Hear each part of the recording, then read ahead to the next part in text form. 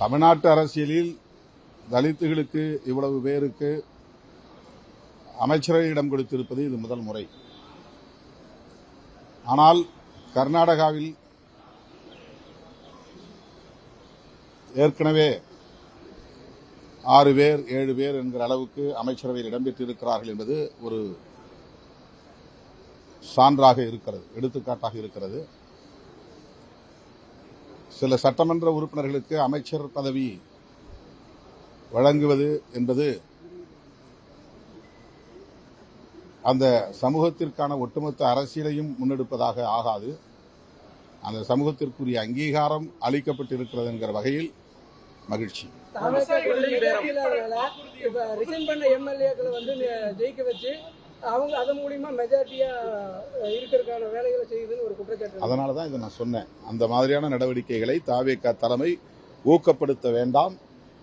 ஆதரவளிக்கக்கூடிய எங்களை போன்றவர்கள், அதாவது காங்கிரஸ் ஏற்கனவே நாங்கள் உங்களோடு நாடாளுமன்ற தேர்தல் வரையிலும் கூட்டணி வைக்கிறோம் என்ற அறிவிப்பையே வெளியிட்டு விட்டார்கள். எனவே அவர்கள் ஆதரவை திரும்ப பெறப்போவதில்லை.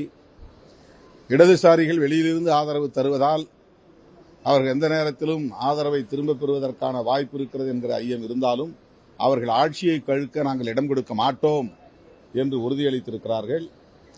விடுதலை சிறுத்தைகள் கட்சி அவ்வாறு வெளியிலிருந்து ஆதரவு தெரிவிப்பது பாதுகாப்பற்றது என்ற எண்ணம் அவர்களுக்கு மேலோங்கியிருந்ததனால் விடுதலை சிறுத்தைகள் கட்சிக்கும் இந்திய யூனியன் முஸ்லீம் லீக் கட்சிக்கும் அமைச்சரவையில் சேருங்கள் என்ற அழைப்பை விடுத்தார்கள். அவர்களுடைய அந்த அழைப்பில் உள்ள நுட்பத்தை நாங்கள் புரிந்து கொண்டோம். அதனை அங்கீகரிக்கிற வகையில் அல்லது ஏற்கிற வகையில்தான் எங்கள் கட்சியும் அமைச்சரவையில் இடம்பெறுவது என்கிற முடிவை கடைசியாக எடுத்தது. எனவே இந்த கட்சிகளின் ஆதரவு ஆட்சி நீடிக்கிற வரையில், அதாவது 5 ஆண்டு காலம் வரையில் இருக்கும் என்கிற நம்பிக்கையோடு தாவேகா செயல்பட வேண்டும் என்பது என்னுடைய வேண்டுகோள்.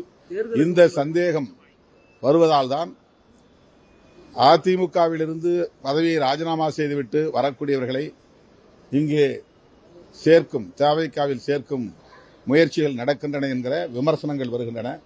இந்த விமர்சனங்கள் தாவேகாவின் எதிர்கால அரசியலுக்கு உகந்ததல்ல, ஒரு நல்ல அறிகுறியும் அல்ல என்பதை தோழமையோடு சுட்டிக்காட்ட விரும்புகிறேன்.